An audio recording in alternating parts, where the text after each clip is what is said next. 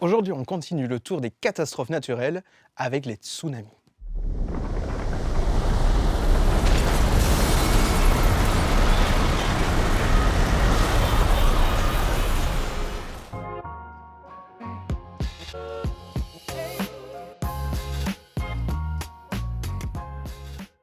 Dans les calottes glaciaires, là, quand un gros glacier s'effondre, ça fait une vague énorme ou bien c'est à cause des très grosses rafales de vent aussi. Ben oui, c'est la force du vent sur l'eau, je suppose. Un frottement entre les plaques tectoniques qui créent des séismes marins. Je pense que c'est les plaques tectoniques qui se confrontent et ça fait revenir une vague à la surface. Un tremblement de terre qui démarre et puis ça fait bouger le sol sous la mer et avec ça fait une vague géante. Il est plus intelligent que moi. Allez, rappelle-toi, le centre de la Terre, le noyau, est en mouvement.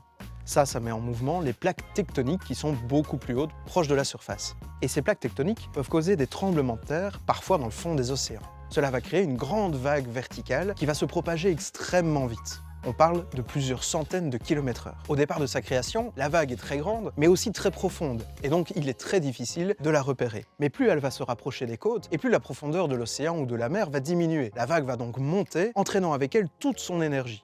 Lorsqu'elle arrive à la côte, la vague peut faire plusieurs dizaines de mètres et se déplacer jusqu'à 800 km/h. Les infrastructures peuvent être détruites, des gens peuvent perdre la vie, et on estime d'ailleurs en moyenne que par mètre de vague, une personne est tuée. C'est-à-dire qu'une vague de 10 mètres de haut va tuer 10 personnes en moyenne. Heureusement, comme je l'ai dit, il est possible de suivre les tsunamis et d'évacuer les populations. Mais ce n'est hélas pas toujours le cas. Par exemple, en 2004, un tremblement de terre de magnitude 9 s'est déclaré dans l'océan tout près de l'Inde, du Sri Lanka et de la Thaïlande. S'en est suivi un tsunami qui a tué près de 300 000 personnes.